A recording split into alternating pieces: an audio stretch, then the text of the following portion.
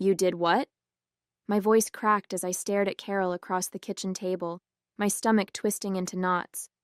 She didn't even flinch. Her manicured nails tapped rhythmically on the coffee mug she held, her expression calm. Too calm. I used it for the wedding, she said, shrugging as though we were discussing pocket change. Luke needed help with the costs, and it's family money. You'll get over it. Family money, I echoed, my voice rising. That was my money. I worked 2 years waiting tables to save for college, Carol. You said you'd invest it for me. And I did, she said, her tone sharper now. I invested it in something important. Your brother's wedding. Her son. Not my brother. Luke wasn't even pretending to care about the fallout. As far as he was concerned, his dream wedding, with its extravagant venue and flower arrangements that probably cost more than my tuition, was far more valuable than anything I could have planned for myself. My blood boiled, but before I could respond, my father walked into the room, coffee in hand. What's all this yelling about? He asked, his eyes darting between us. Ask Carol, I snapped. She spent my college savings on Luke's wedding. My name is Emma Williams, and I'm 19 years old. For as long as I can remember, my stepmother, Carol, has been the dominant force in our house. My mom passed away when I was 10, and by the time my father remarried, I was desperate for some version of normalcy. But Carol made it clear early on that her priorities were her biological son, Luke, and herself. I became an afterthought, someone to nod at during dinner, but not worth investing in. When I got my first job at 16, I started saving immediately. Every tip, every extra shift, went into my college fund. I wanted to go to a local university and study nursing, a dream my mom had shared for me. Carol always talked a big game about financial responsibility, so when she suggested I let her invest my savings to grow it, I believed her. I thought I could trust her. I was wrong. I don't understand, my dad said, scratching his head as Carol breezed past him, clearly done with the conversation. Why didn't you tell me? I didn't know until now, I said, my voice trembling. She said she'd invest the money for me, but she spent it all on Luke's wedding. He frowned, but I could see the conflict in his eyes. He hated confrontation, and Carol knew it. I'm sure there's been some misunderstanding, he said weakly. Let me talk to her. A misunderstanding? I said, my voice rising. Dad, she admitted it. She doesn't even think she did anything wrong. My father didn't have an answer. He muttered something about needing to get to work and disappeared upstairs, leaving me alone in the kitchen with the weight of my stepmother's betrayal pressing down on me. She had stolen my future, and my father was too spineless to stand up to her. That night, as I lay in bed staring at the ceiling, my anger turned into resolve. I wasn't going to let her get away with this. That money was mine, and if my father wouldn't fight for me, I'd fight for myself. The next morning, I called a local lawyer whose name I found on a flyer at the library. I need to know if there's anything I can do, I told him, explaining the situation. It's my savings. I worked for it. Can I get it back? Possibly, he said, his voice calm and professional. If you can prove the money was yours and that she used it without your consent, you have a case. But it won't be easy. Are you prepared to go to court? I hesitated. Taking my stepmother to court felt drastic, but what choice did I have? Carol wasn't going to admit she was wrong, and my father clearly wasn't going to intervene. Yes, I said firmly, I'm prepared. When I told my father about the lawsuit, he was horrified. Emma, do you really want to do this? He asked, pacing the living room. It's just going to cause more tension in the family. She already caused tension, I shot back. Dad, she stole from me. This isn't about family, it's about what's right. His shoulders slumped, and for a moment I thought he might side with me. But then Carol walked in, her face a mask of irritation. So, what's the plan, Emma? She sneered. You're going to drag your family through the mud over a few $1,000s? Real mature? It's not just a few $1,000s, I said, my voice shaking but steady. It's my future, And I won't let you take that from me. Her lips curled into a smirk. Do what you have to do, sweetheart. You won't win. That was the moment I knew there was no turning back. Carol thought she could intimidate me into backing down, but she underestimated just how far I was willing to go. With the lawyer's help, I filed the lawsuit and started gathering evidence, bank statements, pay stubs, anything that proved the money was mine. It wasn't just about the $8,000 anymore. It was about standing up for myself, about refusing to let someone else dictate my worth. Carol had stolen more than my savings. She'd stolen my trust. And I was determined to get it back. Filing the lawsuit against Carol felt like stepping into uncharted territory. I wasn't just taking on my stepmother. I was taking on the fragile balance of my family. My father avoided me more than ever, retreating to his workshop whenever I was home. Carol, on the other hand, went out of her way to antagonize me. She'd leave passive-aggressive notes on the fridge like, maybe save up again, third time's the charm, or make snide comments when we crossed paths. But no matter how hard she pushed, I refused to budge. The court date was set for 3 months later, giving me just enough time to prepare my case. My lawyer, Mr. Peterson, was a patient man in his late 40s who specialized in small claims disputes. We'll need more than just your word, he said during one of our meetings. The key is proving that the money was yours, and that Carol used it without your consent. Do you have any records of your savings or a written agreement about the investment? I have bank statements showing deposits from my job, I said, pulling a folder from my bag. And I wrote her a note when I gave her the money, asking her to invest it. It's not a formal agreement, but it's something. He nodded, flipping through the documents. It's a good start.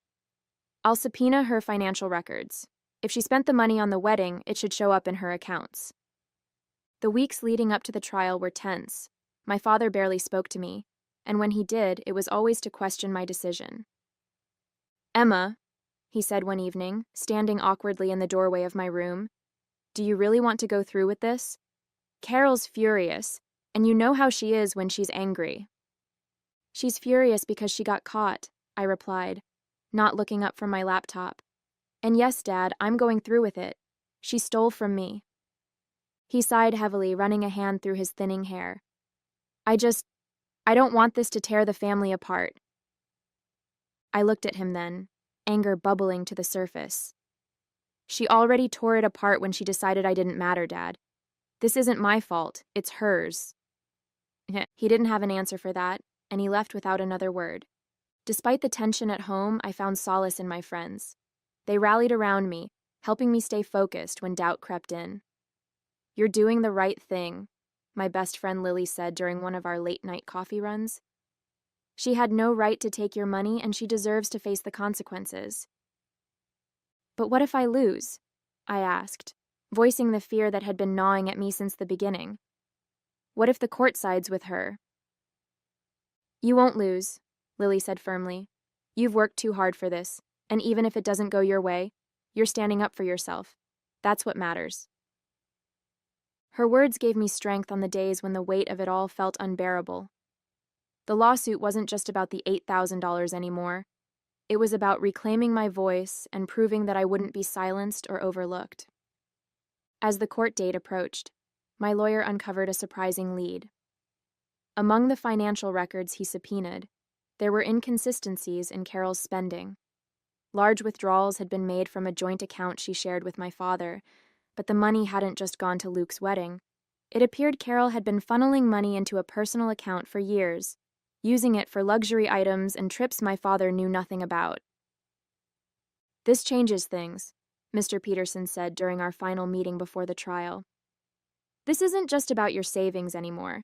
If we present this evidence, it could expose a pattern of financial mismanagement. The revelation left me reeling.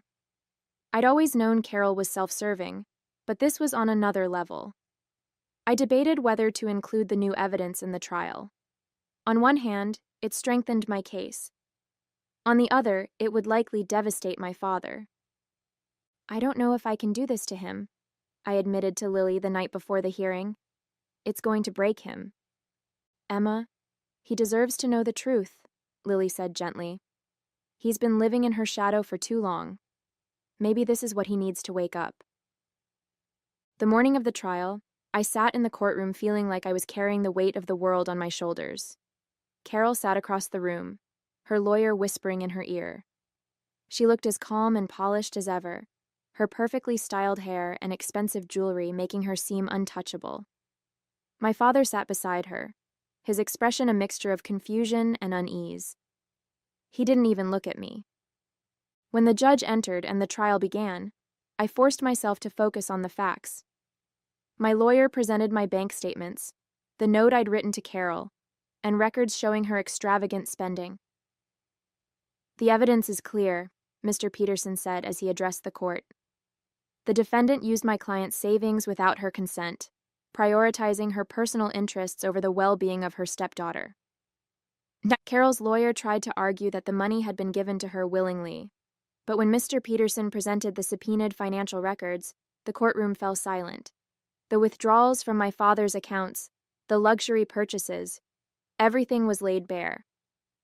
I glanced at my father as the evidence was read aloud. His face paled and he leaned back in his chair, his eyes wide with disbelief.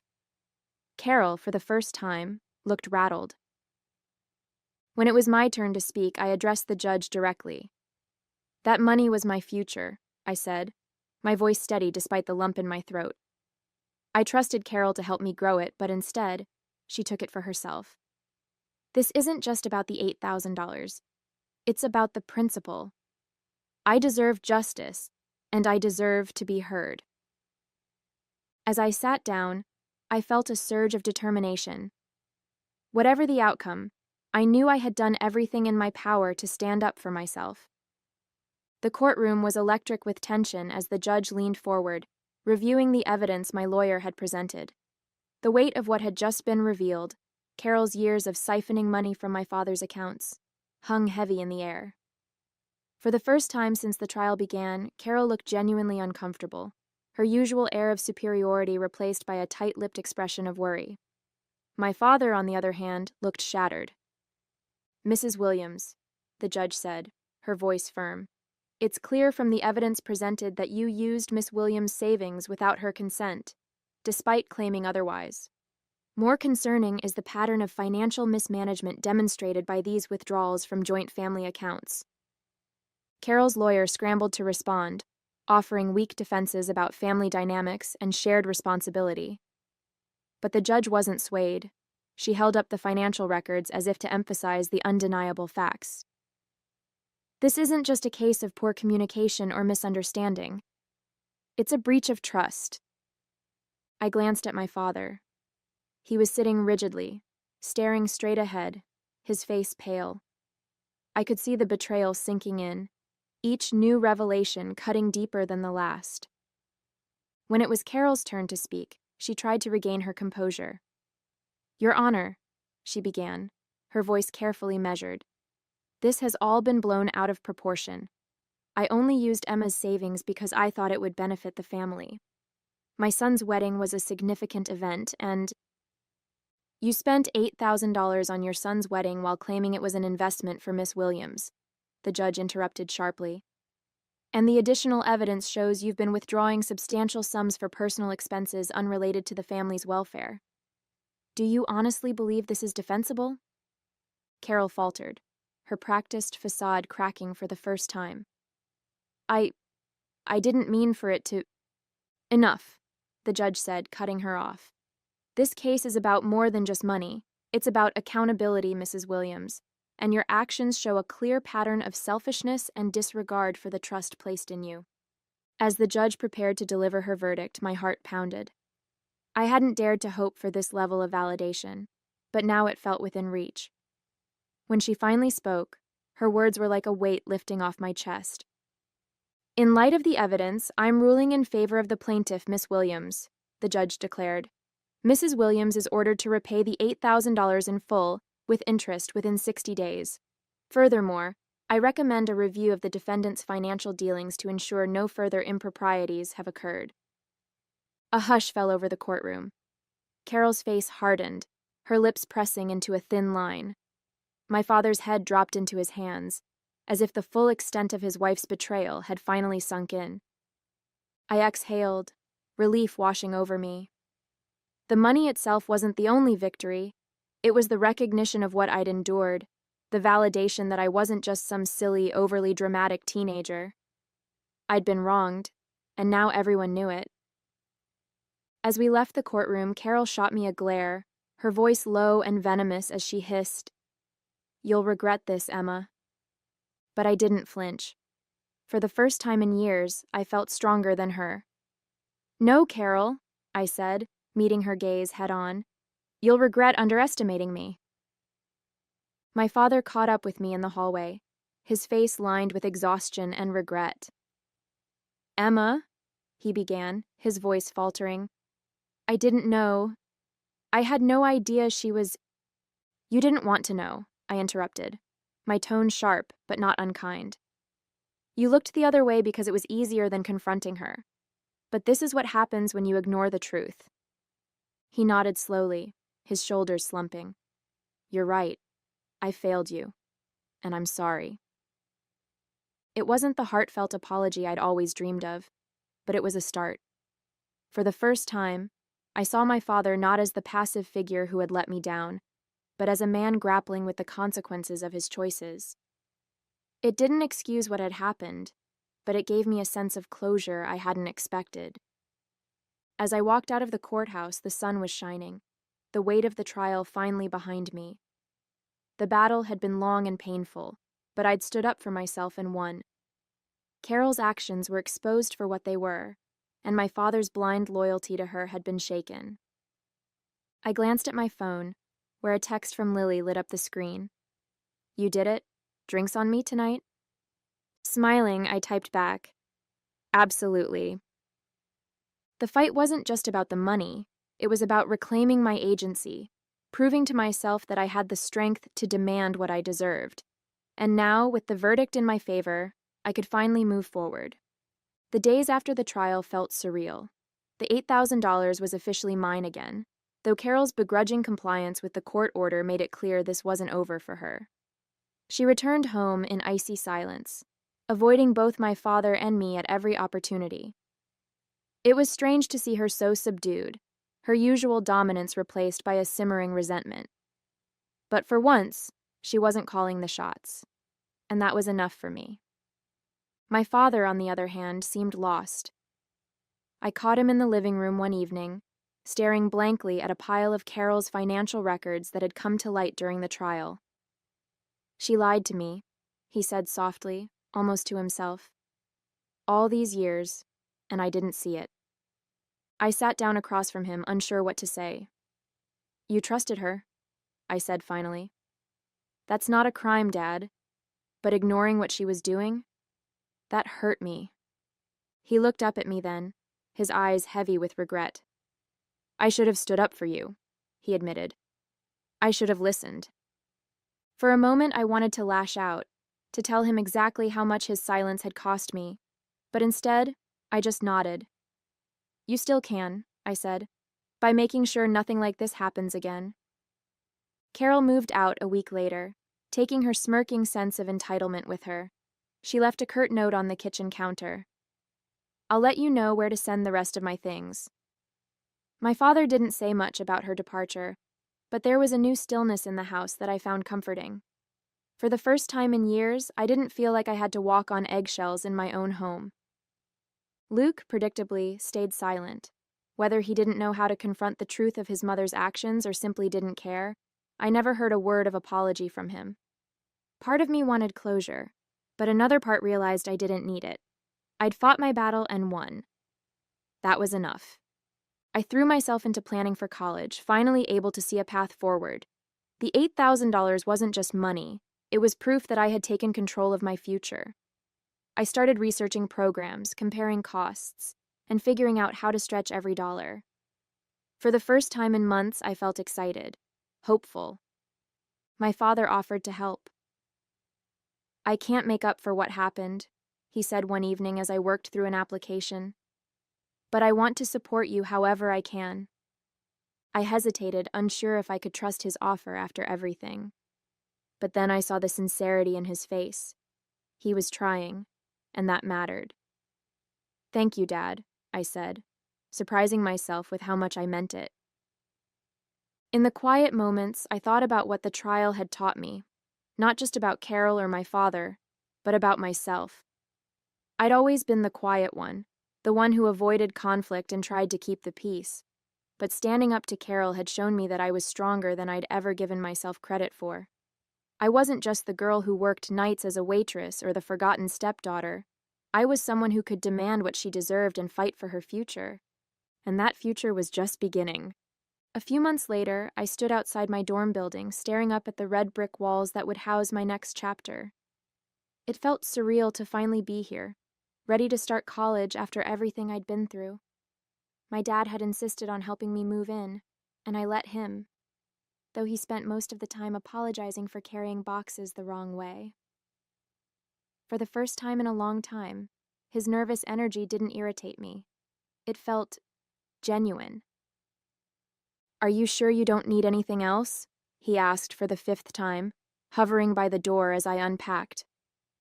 "I'm good, Dad," I said with a smile. "Thanks for everything." He hesitated, then nodded. "I'm proud of you, Emma. You've worked so hard for this." Hearing those words made my chest tighten. They didn't erase the past, but they showed me that he was trying, and that meant something. As I settled into my new routine, I realized just how much had changed. College was everything I'd dreamed it would be, challenging, exciting, and full of possibility. Every class, every conversation with a professor or peer felt like a step toward the life I'd been fighting for.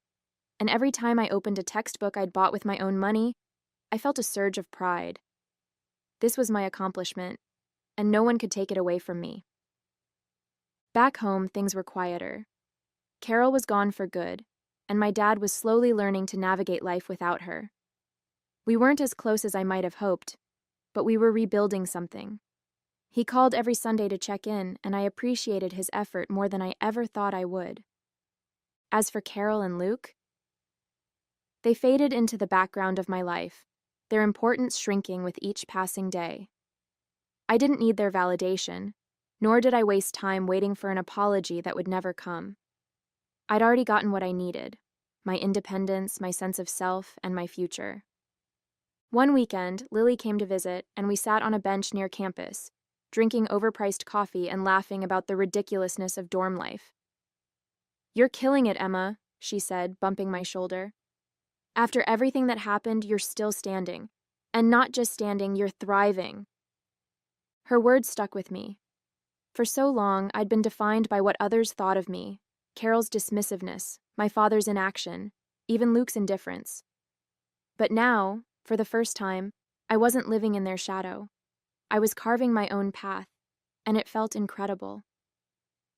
As I walked back to my dorm that evening, the campus buzzing with life around me, I thought about the girl I'd been a year ago, hesitant, uncertain, and too afraid to stand up for herself. That girl was gone. In her place was someone stronger, more confident, and ready to take on whatever came next. This wasn't just a resolution to a chapter, it was the beginning of something new. My life was mine, and I was finally ready to live it.